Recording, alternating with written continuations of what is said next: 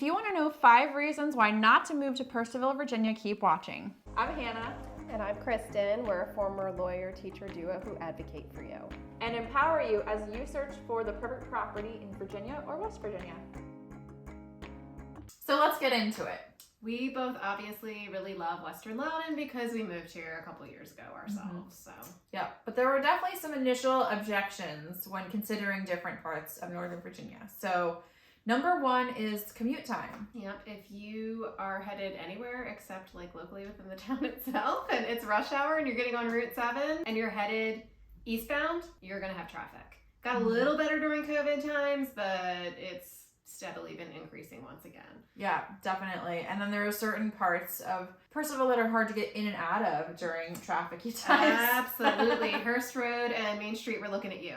If you'd rather pay more to have a shorter commute, then this might not be the right place for you. So before you set out to go anywhere, if you're looking on Google Maps ahead of time, for example, make sure you set it to depart time or arrival time in advance so you know how long it's actually going to take you on average as opposed to just assuming without traffic. Number 2 is proximity to diverse restaurants and activities. There's definitely a number of options in town, but if you want 10 plus restaurants within 5 to 10 minutes, this is not really the place for you. You're not getting a town center in Purcellville. You've got some strip malls, but you're not going to get access to 100 different things in one place out here. If you like to go out a lot and won't be happy with a 20 or 30 minute drive to get somewhere, then this just won't be the place for you. However, if you love nature and being able to get to 20 or 30 breweries within 10 minutes, then you're good. You have no problem there. No shortage. Number 3, if you are not going to be happy living with certain quirks of rural living, this is not the place for you. Now, what am I talking about here, Kristin? Well, let's talk about some animals in the road. Deer, of course. I mean, that can happen anywhere, but we also have cows and geese and goats. We have all the things out here. We've got farms. So every once in a while, you do have a rogue animal. There's been horses in the road. Like, it happens. And it's, it's an enjoyable experience for me. Like, I don't mind stopping. It's nice to see some wildlife. But if you're not a fan, it's not for you. Yeah, also, if you don't like having helicopters flying over your head. Yeah, there's a place called Mount Weather nearby here in Western Loudoun, and there's some federal government activities going on, and they say it's FEMA. Who knows?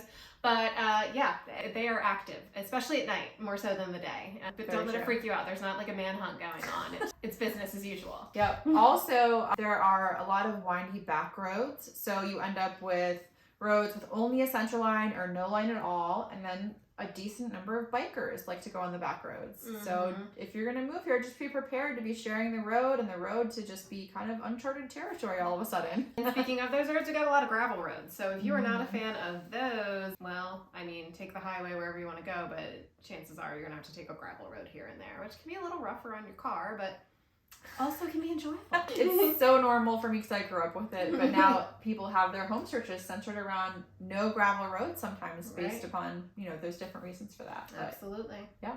Number 4, if you have a strict home budget, let's say under about $600,000 for a single family home or under $450,000 for a townhome, probably not going to make it happen in Western Loudoun, but there's alternatives. Yeah, so every once in a while you're going to find that random house that's under those prices, but in general, most of the inventory we're seeing right now when we're filming in 2022, those numbers are going to be pretty concrete. So if you're able to work remotely at least a few days a week, then you might consider Clark County, Frederick County, or even West Virginia. Some people do make those commutes to Fairfax and DC areas a few times a week, especially from Lovettsville, where they have the MARC train. Yep, you just hop on over to Brunswick and get right on the train. We also have commuter lots in Western Loudoun as well that make it more feasible if you're right over the line and there's not something closer from, let's say, Clark or one of those areas. Yeah. You can take advantage of that. And people like the commuter buses a lot. So those are pretty comfortable. It's like getting your own charter bus going in and out of the city. Number 5 is the walkability, proximity to things. Now, there are some really charming and well-connected parts of Purcellville with sidewalks and all kinds of businesses. But in general, the geographic spread goes pretty far up and down and even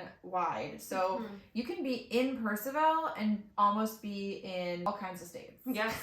Yes, West Virginia, Maryland, not DC. It is a large, large city, Purcellville. Also, not even the issue, you might not even have a sidewalk. You might be pretty close proximity to downtown, but it doesn't mean you have a sidewalk to get there. And if you're off one of those narrow country roads, I wouldn't really recommend taking a walk on that without keeping an eye out. No, maybe a bike, but even then beware. Yeah. Yes, for sure. If this content was helpful for you, like or comment below. Hit subscribe if you'd like to see more videos about living in and moving to the Northern Virginia areas.